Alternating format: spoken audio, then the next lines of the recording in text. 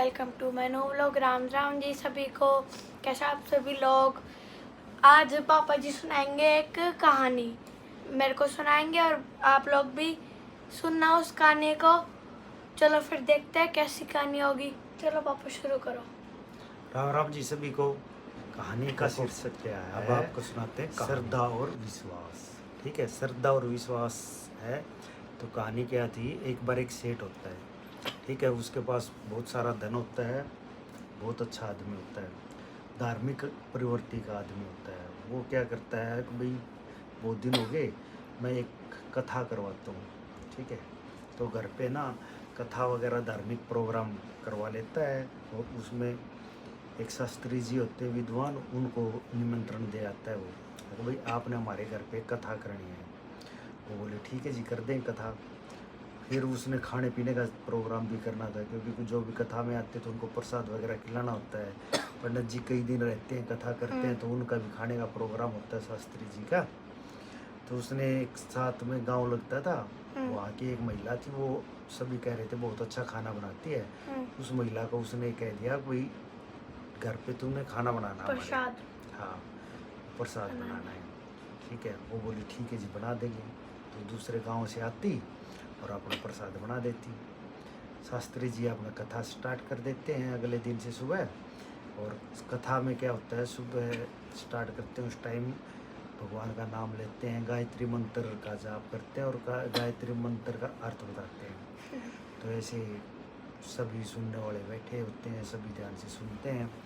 और शास्त्री जी ये कहते हैं गायत्री मंत्र का अर्थ बताते हैं, और कहते हैं जो भी गायत्री मंत्र को पूरे विश्वास से, ठीक है, पूर्ण निष्ठा से इसको जपता है तो उसके सारे काम बन जाते हैं, ठीक है।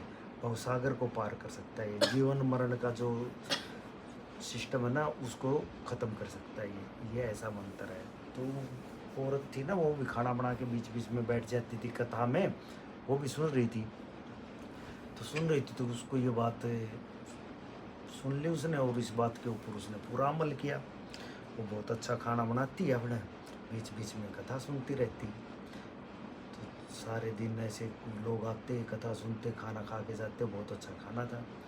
एक दिन जो शास्त्री जी थे वो उनसे मिलने के लिए कथा से पहले आ गई अपने घर से। कथा से पहले अपने घर से आ गई तो शास्त्री जी को बोली, शास्त्री जी मैंने आपसे एक बहुत ज़रूरी बात करनी है। शास्त्री जी बोले भाई बताओ क्या बात करनी है। सेठ जी भी वहीं थे। तो सेठ जी को थोड़ा गुस्सा आया कि ये क्यों शास्त्री जी को परेशान करी ऐसे।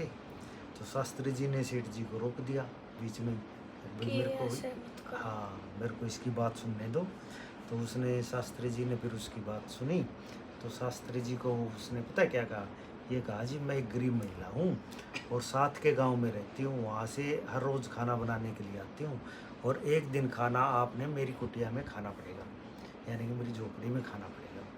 तो शास्त्री जी उसका विश्वास देख के और उसको ये कह देते हैं भाई आप खाना तो बहुत अच्छा बनाती हो, और ठीक है मैं एक दिन आपके साथ चलूँगा और आपके घर खाना खाऊँगा। तो इससे जो सेठ जी थे उनको भी बना लिया, जो विद्वान थे उन्होंने, शास्त्री जी थे उन्होंने। तो शास्त्री जी फिर कथा करके लास्ट वाले दिन उसके साथ चल पड़े। तो अपने चलते चलते उसके गांव में जाना था, पैदल जाना था। सेठ जी भी गए थे ना, सेठ जी नहीं गए थे, शास्त्री जी और वो महिला चल पड़े। तो रास्ते में एक नदी आती थी, नदी में बहुत तेज़ पानी था। तो शास्त्री जी वहाँ खड़े हो जाते हैं और देखते हैं अब इतनी बड़ी गहरी नदी है तो इसको पार कैसे करेंगे। वहाँ ना कश्ती थी ना और कुछ, बोट वोट का कोई सिस्टम नहीं था। तो उस महिला ने देखा, अब शास्त्री जी तो खड़े हो गए। तो शास्त्री जी उस महिला की तरफ देख रहे। उस महिला ने क्या किया, अपने जो कपड़े पहन रखे थे उनको थोड़ा टाइट किया, चुन्नी वगैरह थी जो पेट पे बांधी, और शास्त्री जी का हाथ पकड़ के और नदी के अंदर छलांग लगा दी। और उसने ओम भूर्भुवः स्वः ओम भूर्भुवः स्वः करते हुए अपने एक हाथ से शास्त्री जी को पकड़ रखा और एक हाथ से अपना तैरती रही ऐसे, और नदी को पार कर लिया। पार करते उतर जाते शास्त्री जी गुस्से में हो गए, बोले मैं डूब जाता तो और साथ में तुम भी डूब जाती तो। बोला ऐसे कोई करता है? तो बोला जी ये मेरा तो रोज़ का काम यही है, बोला रोज़ का काम क्या होता है? बोला मैं तो जो नाव वाला है ना वो लोग 20 पैसे लेता है, मैं तो रोज़ अपने आपकी बात सुनी थी मैंने और सुन के उसके ऊपर अमल कर लिया। पूरा मंत्र तो बोला मेरे याद नहीं हुआ, सिर्फ मेरे को ओम भूर्भुवः याद हुआ, क्योंकि पूरा मंत्र में आपने ये कहा था जिसको गायत्री मंत्र पूरा याद है ना वो भवसागर से पार हो जाएगा। तो भवसागर का मतलब तो बहुत बड़ा सार ली। तो सारी बातें सुन के तो शास्त्री जी खुश हो गए।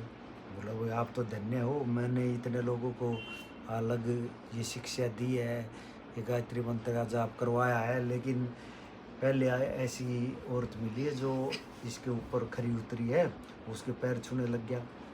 बोला आप तो महान हो, बोला कि आप में इतना दृढ़ विश्वास है इसलिए आपको डर नहीं लगा, आपने नदी भी पार कर ली। ऐसा कह के फिर वो उसके साथ चल पड़ा। उसके घर गए तो खाना खाया, आशीर्वाद दिया। दक्षिणा में उसने जो पैसे बचाए थे वो पैसे दक्षिणा में दे दिए शास्त्री जी को। शास्त्री जी बोले जी आप बहुत धन्य हो, ठीक है।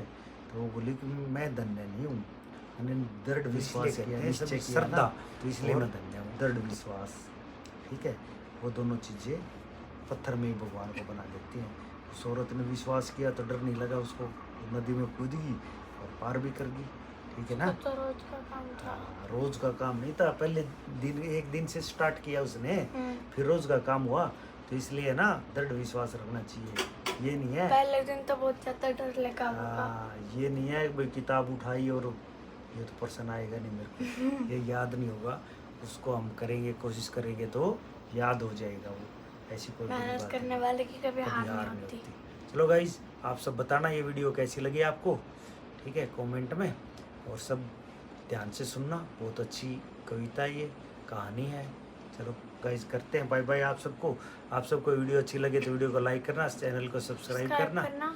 Thanks for watching, bye bye, मिलते हैं जल्दी नेक्स्ट व्लॉग में।